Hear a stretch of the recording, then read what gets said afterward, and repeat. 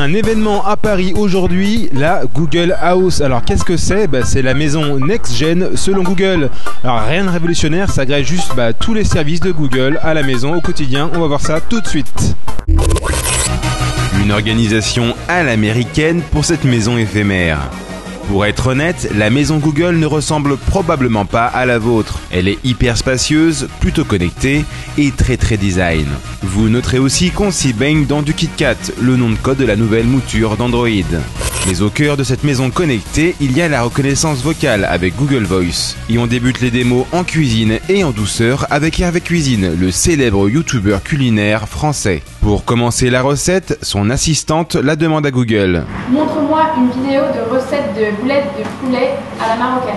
Google trouve la recette et pour ne pas rater la cuisson, elle demande « Rappelle-moi de sortir le bœuf dans 4 minutes. » Et Google crée une alerte sur le téléphone. Idem pour différencier la coriandre et le persil avec Google Images. Montre-moi une image de coriandre. Ça c'est quoi? C'est coriandre. Ouais, c'est bien. La reconnaissance vocale est un enjeu majeur pour Google. D'une part, elle libère les mains et d'autre part, elle permet de commander tous les devices qui n'offrent pas ou peu de surface tactile. Les montres connectées ou les Google Glass par exemple. Take a picture. Nehmen Sie bitte Platz. La reconnaissance vocale, c'est aussi un formidable outil pour communiquer dans de langues différentes, avec une traduction quasi simultanée. C'est l'appli Google Traduction qui sert ici d'interprète au restaurant à l'étranger. Et avec la reconnaissance visuelle de l'appli, vous déchiffrez également la carte des menus. Tous ces outils nécessitent d'être connectés et sont donc consommateurs de data. Gare à votre forfait, notamment à l'étranger. On poursuit la visite dans le salon où trône la télé. Google présente son Chromecast, un petit boîtier à 35 $ qui prend la forme d'une clé USB à brancher à son téléviseur. Il permet de streamer en Wi-Fi depuis la box des vidéos YouTube jouées sur son device. On peut également afficher le contenu de son navigateur Chrome. Le Chromecast n'est dispo qu'aux US pour l'instant.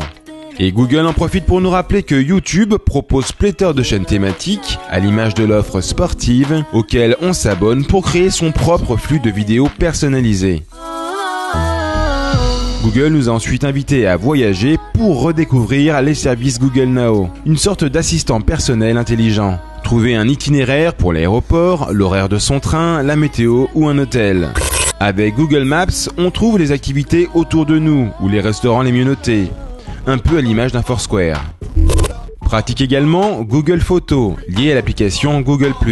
Le téléphone upload dans le cloud, en tâche de fond, les photos prises la journée. Il faut être en Wi-Fi. On peut ensuite facilement les partager ou utiliser les outils à dispo pour faire des diaporamas ou des vidéos sonores.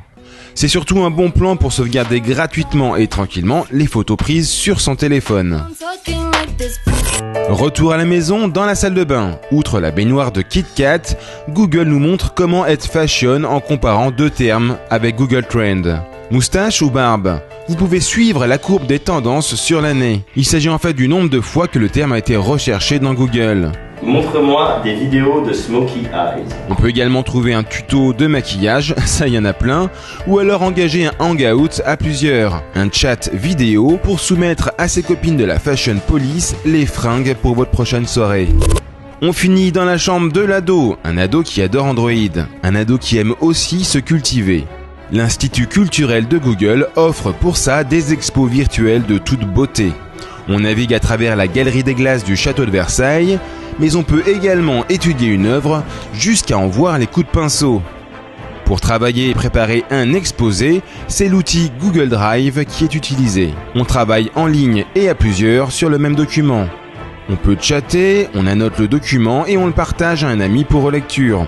On retrouve Drive sur l'ordi ou sa tablette pour bosser en toute mobilité. Voilà, rien de révolutionnaire, mais cette maison agrège un peu tous les services que Google peut proposer et il y en a beaucoup. Pour ma part, je repars avec un petit sac plein de goodies. À bientôt, ciao.